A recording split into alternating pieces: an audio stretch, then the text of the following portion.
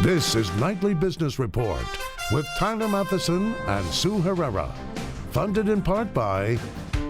All it takes is a spark. One idea to take flight. The courage to seek the unknown.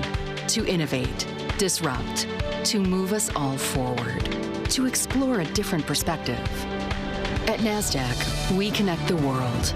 Its ideas, its capital, its businesses, the people that drive global economies. The future isn't tomorrow, it's right now. All it takes is a spark. NASDAQ.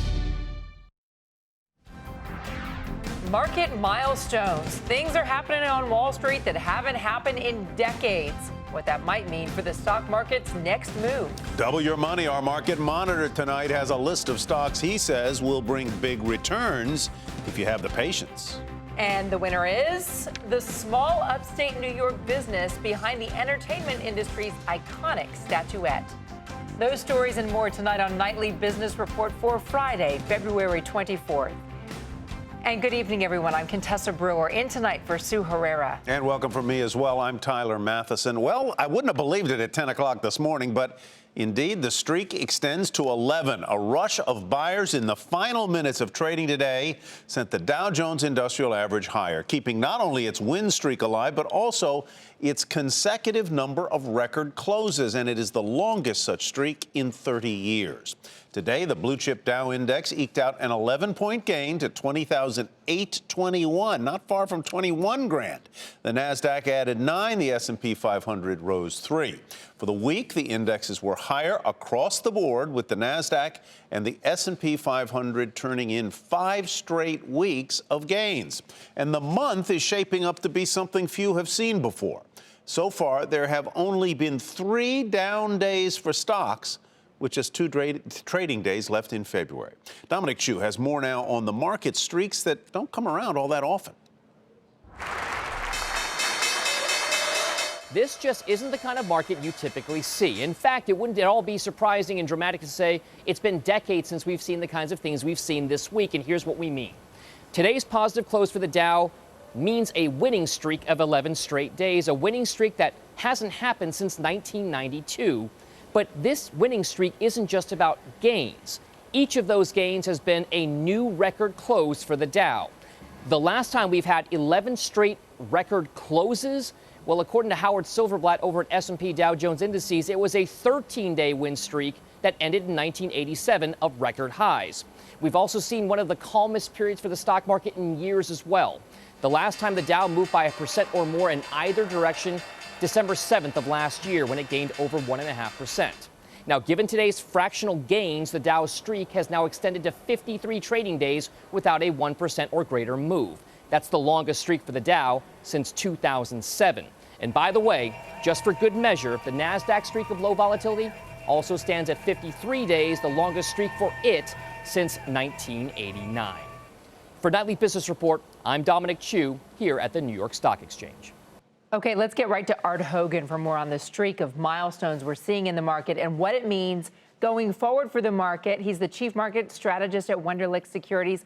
Art, great to see you. What does it mean? Are we heading for more record closes?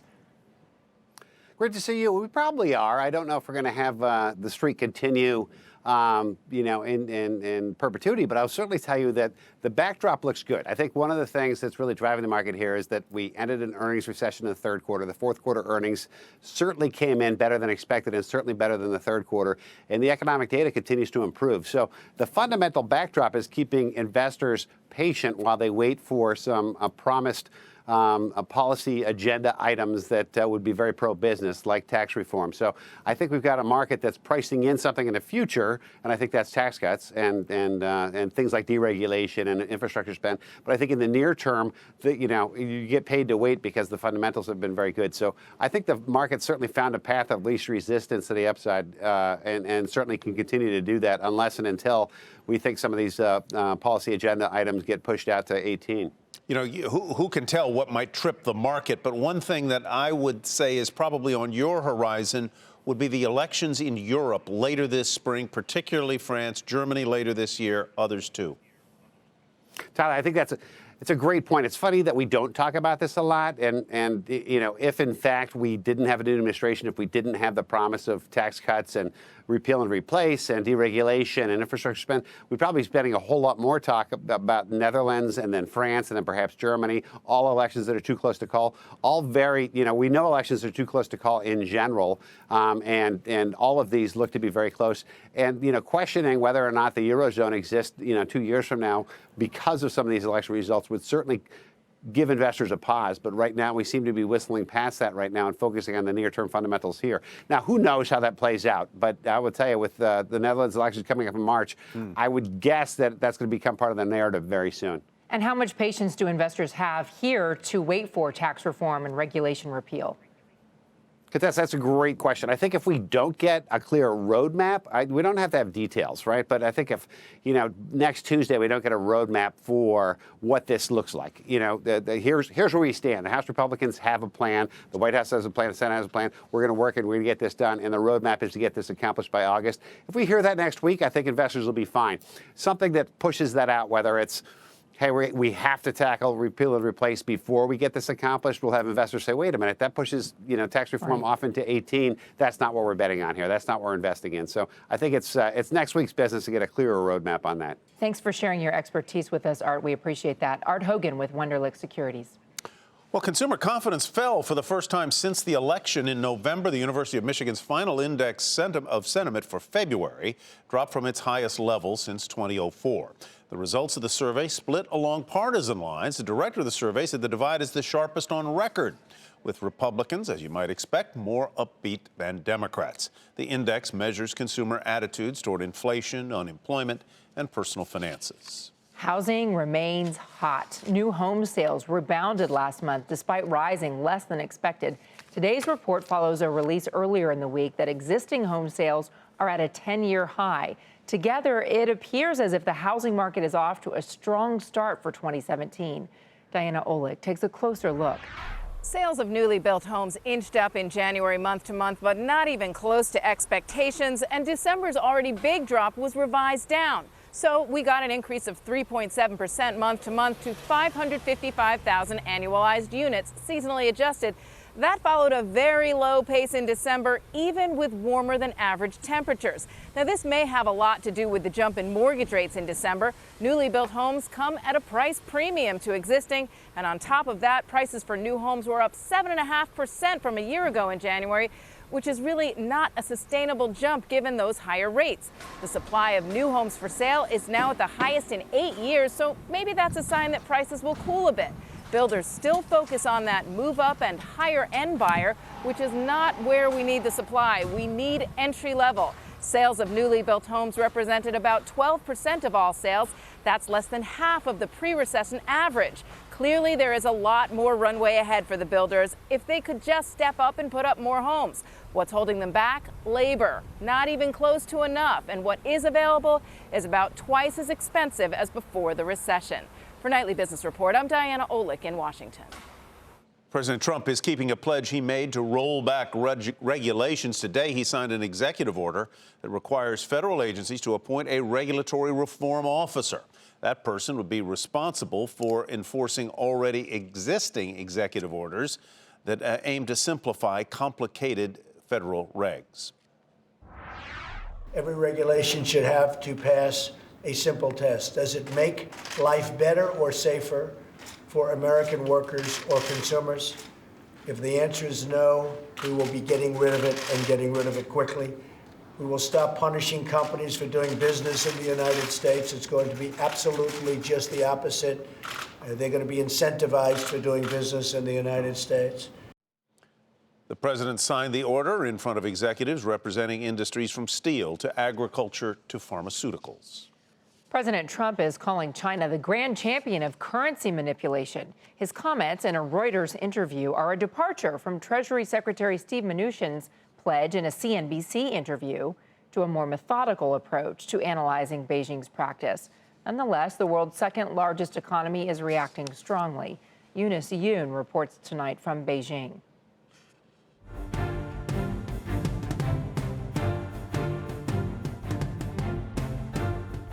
When speaking to CNBC, Treasury Secretary Steven Mnuchin appeared non-committal about President Trump's long-standing pledge to label China a currency manipulator. Well, today at the Foreign Ministry in Beijing, the spokesperson said that Beijing welcomed Mnuchin's response. Secretary Mnuchin is just new into office. We look forward to cooperation with him to push forward China-U.S. economic cooperation and trade. Despite Mnuchin's moderate stance, President Trump a few hours later told Reuters that the Chinese were the grand champions of currency manipulation. The Foreign Ministry spokesperson said that China is a champion, just maybe not the way the president meant it. If you want to label China as a grand champion, indeed China is a grand champion, but we are a grand champion in economic development. The ministry spokesman repeated several times during the briefing that it wasn't Beijing's intention to devalue the currency and get a trade advantage. Instead, he said the focus is to stabilize the yuan and press ahead with currency reforms. For Nightly Business Report, I'm Eunice Yoon in Beijing.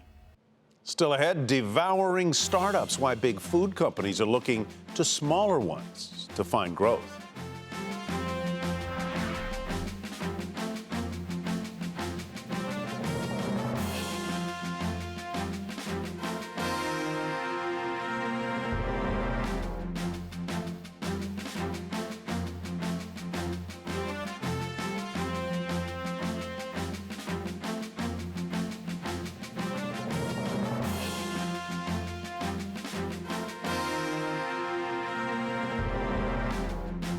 JCPenney plans to close as many as 140 stores. That's more than 10% of its locations. The retailer is struggling to increase sales and customer foot traffic.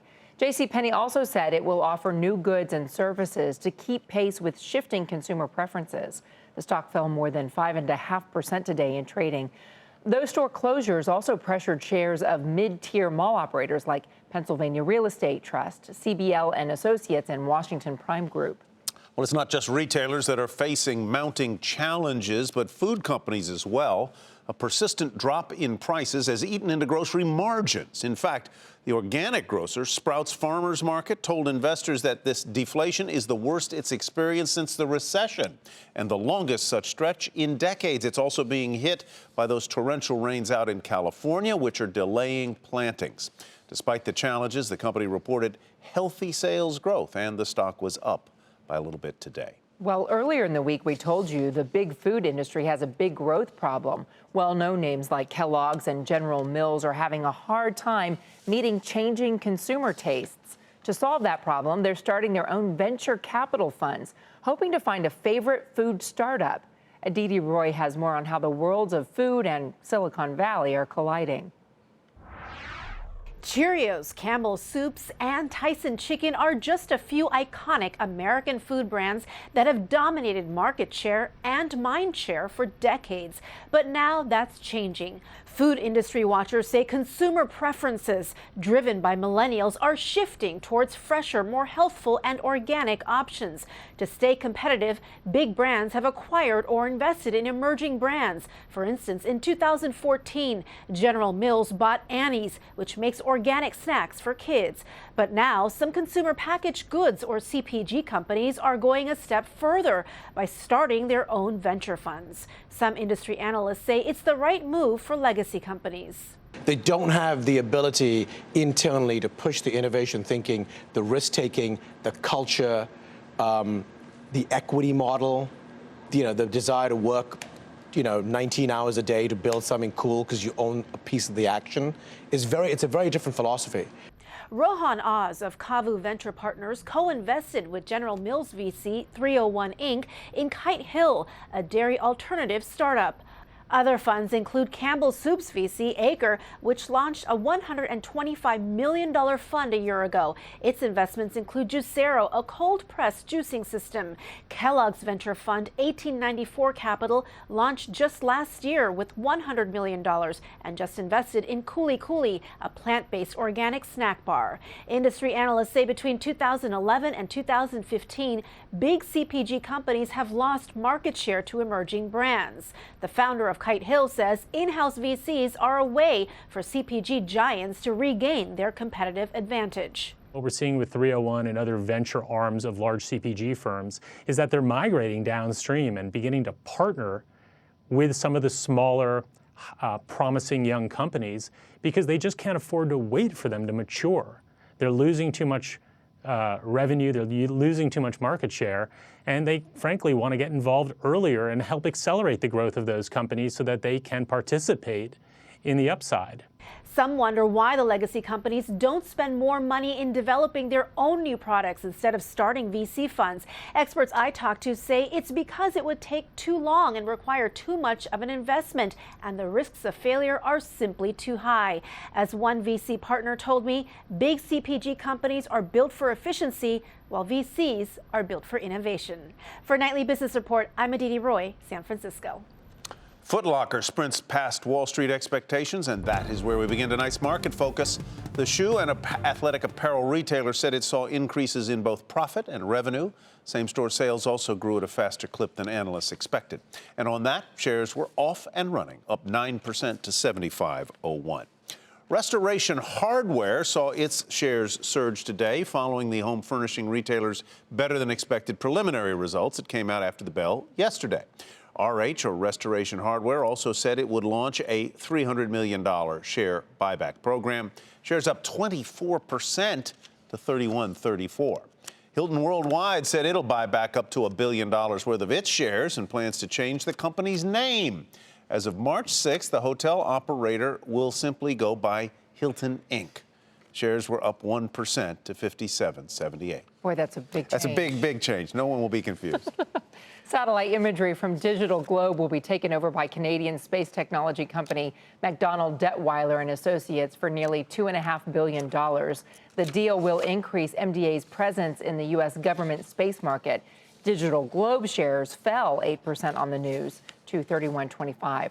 Shares of Applied Optoelectronics continued to rise following the company's strong quarterly results after the bell yesterday.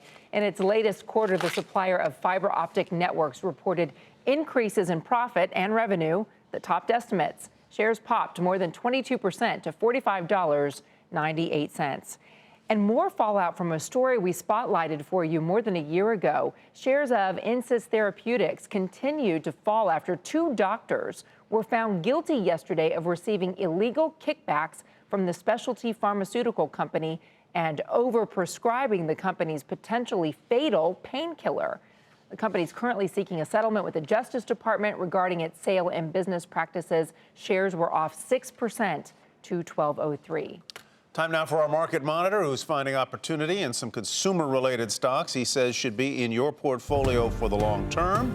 This is his first time joining us on the program. Trip Miller is managing partner at Ghislaine Capital. Trip, welcome. Good to have you with us. You say these stocks, the 3 we're going to mention, can double over the next 3 to 5 years. Let's start with Wynn Resorts, the big gambling company. Not concerned about Macau. That's been a problem, hasn't it? Macau has been a problem for them over the last few years. They were very slow to open their Wynn Palace Resort, which they spent over $4 billion on. But we think that the data shows that things are improving in Macau. Most importantly for us, we see the stability that's been present for the last year or so in their U.S. operations. And there's multiple catalysts that are present in the U.S. that will offset some of that weakness in Macau in the short run. But we are bullish on Macau over the long run.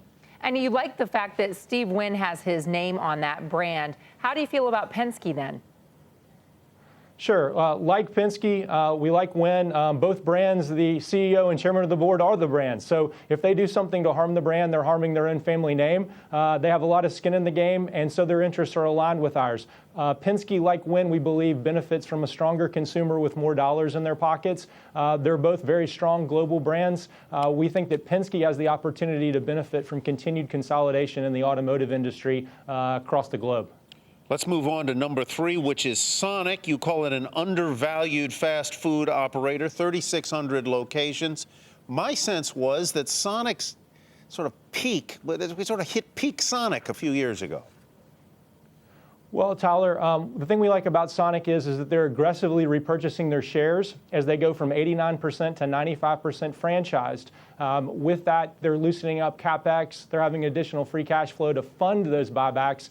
We expect, and the companies led us to believe, that they'll return about 10% in buybacks to the shareholders over the rest of this year. And they have continued opportunity to open more stores, both domestically and potentially internationally, where they haven't gone yet. They're moving into the northern states with experienced operators in their franchise networks. So we feel like they could add up to 1,000 stores over the next decade. Wow. But Tripp, at the same time, we just got finished talking about how these big grocery brands are focusing on organic and healthier foods because that's where the American consumer is going. We know that the big restaurant chains have had to strategize about how to include those on their menu offerings. How do you sort of coincide that with what Sonic offers, which is just good old-fashioned junk food? Well, we agree with you that there is a big push into organic and healthier food. But Sonic, traditionally, most of their markets have been smaller markets where we feel like there's less of a focus on healthy. And let's face it, people love a good treat every once in a while. Children love it. And we like the fact that they've got a diversified model, that they get a lot of revenue at off-peak hours that other restaurants don't because of their sales of desserts and slushes and other treats. Let's talk about the market generally. Give me about 20 seconds, your thoughts about where we are right now. The thing that concerns us a little bit is obviously the low levels on the VIX and the fact that there seems to be a lot of complacency in the markets. Obviously, we set 11 new highs on the Dow. And so as value investors, we want to be fearful when others are greedy. And so that gives us pause as we look at businesses, not only domestically, but around the globe. All right. Thanks very much, Tripp. Good luck. We appreciate it. Thanks for having us. Tripp Miller with Delane Capital Partners. Coming up, the small business behind Hollywood's biggest night.